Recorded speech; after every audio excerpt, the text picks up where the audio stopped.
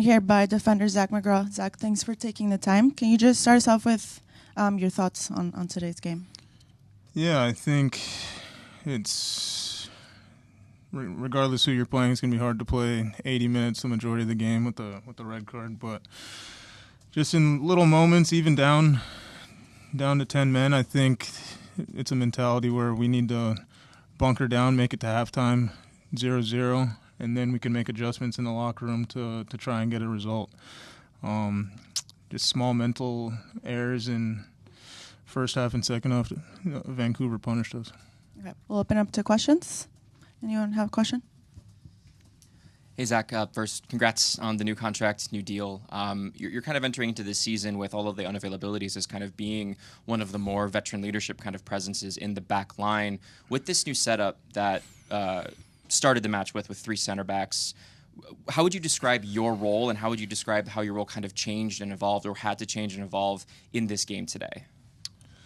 I mean, our game plan going into it was a three-back, and I think obviously my role was to kind of just mark Brian White 1v1 kind of, and when we had 11 players. It shifted when we had to go to a four-back because of the red card. Obviously, Finn, he's an experienced player but a young player. So just trying to, work with him in moments. He's eager and excited to try to win the ball when he should be staying like central. And I talked to him throughout the game about it, and he's great in the air, and he wants to win everything in the air. But like, it's a learning curve. I went through the same thing. I wanted to go win everything, but he's a great player. He's going to get there.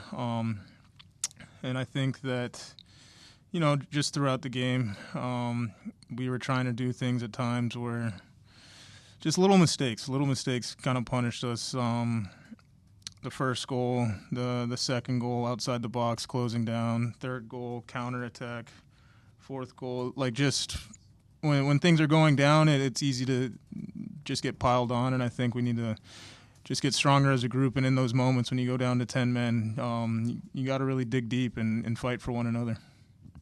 Hey, Zac. I wanted to kind of piggyback on that. This was a match that we got to see a lot of the new guys. You brought up Finn. Da Costa had an amazing entrance and energy. So this is as low as it can get, building blocks. What positive building blocks are you going to take as your message as an older leader in the locker room for next Austin's game? Yeah, Phil made a point in the locker room post-game. He said that, fortunately, last year this loss happened the last game of the season and knocked us out, but this year it's the beginning of the year, so we can actually improve off of it, as soon as this week.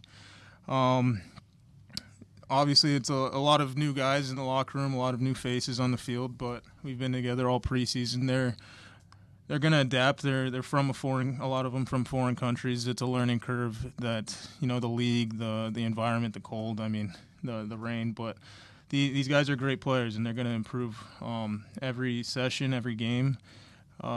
David Da Costa, he's a great player. He's only been here a couple of weeks. He had to go get his work visa. He was, I think he's going to be a very good player for us. And just in his little 30-minute, 45-minute cameo, you can see that on the field. Guillermo Mota with K2 News. I can't even understand or feel what Kamal must be feeling right now after the loss. Have you had a chance to talk to him, and what did you tell him? Kamal, he's a competitor, and he knows exactly. He's played in World Cups. He's one of the most experienced players on our team on the field, and he'll tell you first and foremost he wants to be out there competing and winning, especially against a Canadian team, against some of his Canadian teammates. So most importantly, we know the type of player Kamal is, and I haven't really been able to talk to him just because it's such a quick turnaround. But if I was him, it's not his fault that we lost that game. It's, mental errors that led up to putting him in that position where he had to be the last man, last-ditch effort to try and save a goal. And then just mental errors on goals. It's just got to change, to be honest with you.